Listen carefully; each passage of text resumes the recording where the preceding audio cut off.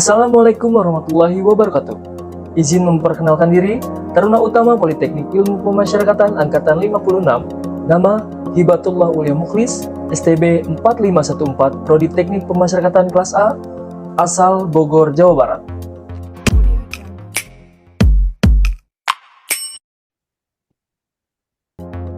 Selamat malam Pak. Malam Mas. Izin memperkenalkan diri, Taruna Utama Politeknik Ilmu Pemasyarakatan Angkatan 56, nama Hibatullah Ulia Mukhlis, STB 4514, Prodi Teknik Pemasyarakatan, asal Bogor, Jawa Barat Pak. Izin Pak, sebelumnya saya izin untuk sedikit bertanya atau mewawancarai Bapak terkait dengan tugas pada mata kuliah Etika Profesi Petugas Pemasyarakatan Pak, karena ini adalah salah satu syarat untuk terpenuhinya nilai ujian akhir semester saya Pak. Izin Pak. Ya oke, silakan dilanjut Mas. Izin Pak, terkait kode etik nih Pak untuk petugas pemasyarakatan yang Bapak ketahui, apa sih Pak tujuan dari penerapan kode etik bagi pegawai pemasyarakatan itu sendiri Pak?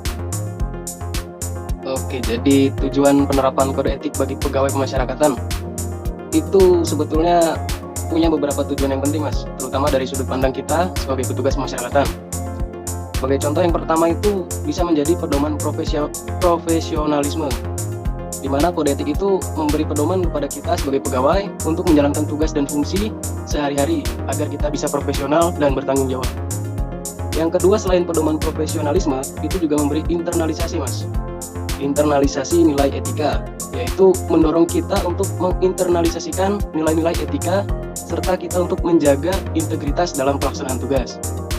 Di samping itu juga, itu agar kita memberikan pelayanan publik yang baik, karena dalam kode etik itu bertujuan menjamin pemberian pelayanan yang baik, adil, transparan, dan adil di bidang hukum dan hak asasi manusia Mas.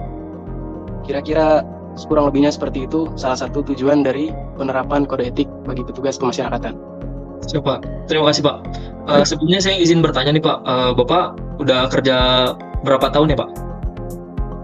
Kalau saya masih baru Mas, baru dari 2021 kemarin setelah COVID. Siap Pak. Terus Pak, apa sih Pak tantangan yang dihadapi dalam menjalankan standar etika ini nih Pak? Izin Pak. Tantangan Mas ya? Salah satunya itu kita harus seimbang Mas, efisiensi kita, pertimbangan etika. Kadang-kadang kan proses yang lebih lambat tapi akhirnya menghasilkan hasil yang lebih adil. Itu salah satu tantangannya Mas. Tantangan lain biasanya itu tekanan eksternal Mas, untuk mengorbankan standar-standar etika ini Mas. Misal contoh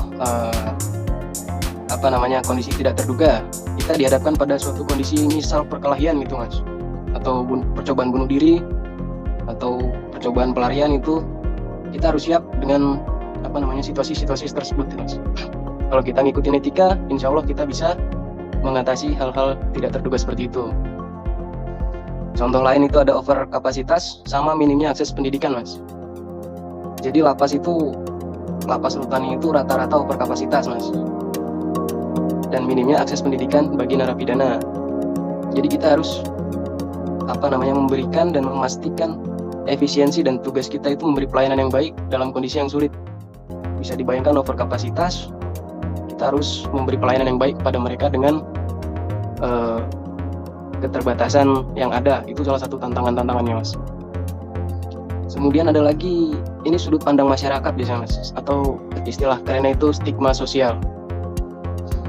Jadi stigma sosial bagi narapidana ini menghambat kembalinya mereka kembali ke masyarakat Mas. Jadi orang-orang itu menganggap bahwa mantan narapidana itu dianggap sebelah mata. Nah, itu salah satu tantangan kita, agar mereka bagaimana caranya bisa kembali ke masyarakat tanpa dipandang sebelah mata Mas. Kemudian tantangan itu seingat saya atau sepengetahuan saya ada namanya pelanggaran HAM. Profesi kita ini sangat rentan Mas, sebagai petugas pemasyarakatan sangat rentan terhadap asumsi pelanggaran HAM. Oleh karena itu maka saya pribadi dan rekan-rekan petugas masyarakat yang lain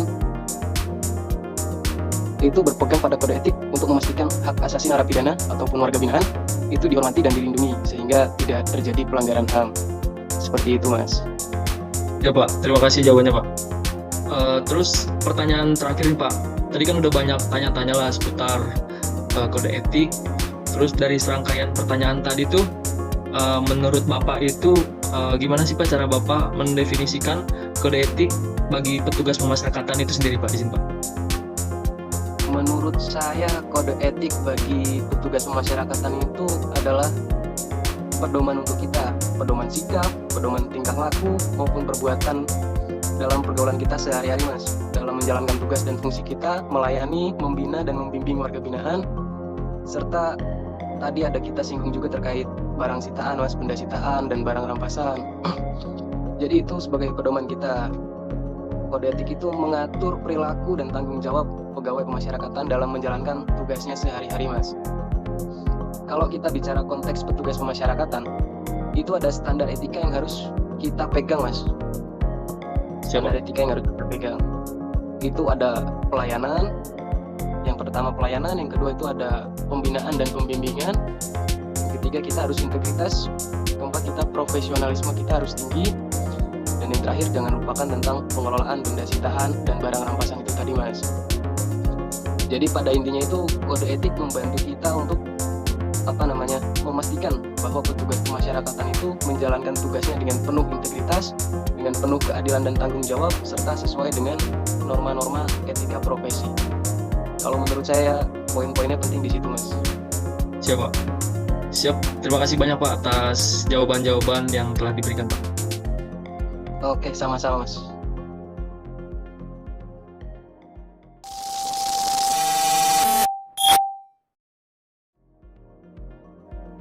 Ya, baik, di sini saya akan menjelaskan sedikit mengenai kode etik petugas pemasyarakatan yang diatur dalam Peraturan Menteri Hukum dan Hak Asasi Manusia tahun 2011 tentang kode etik petugas pemasyarakatan, yang merupakan pedoman yang harus diikuti oleh semua petugas pemasyarakatan di Indonesia. Pedoman ini dirancang untuk memastikan bahwa setiap petugas bertindak dengan integritas tinggi, menghormati nilai-nilai kemanusiaan, dan memberikan layanan yang adil serta profesional kepada narapidana. Kode etik ini mencangkup prinsip-prinsip dasar seperti kejujuran, tanggung jawab, profesionalisme, dan penghormatan terhadap hak asasi manusia. Salah satu prinsip utama dalam kode etik ini adalah integritas. Petugas pemasyarakatan diharuskan untuk bertindak jujur dan transparan dalam semua aspek pekerjaan mereka. Mereka tidak boleh menyalahgunakan wewenang atau posisi mereka untuk keuntungan pribadi, serta harus menghindari segala bentuk korupsi, kolusi, dan nepotisme.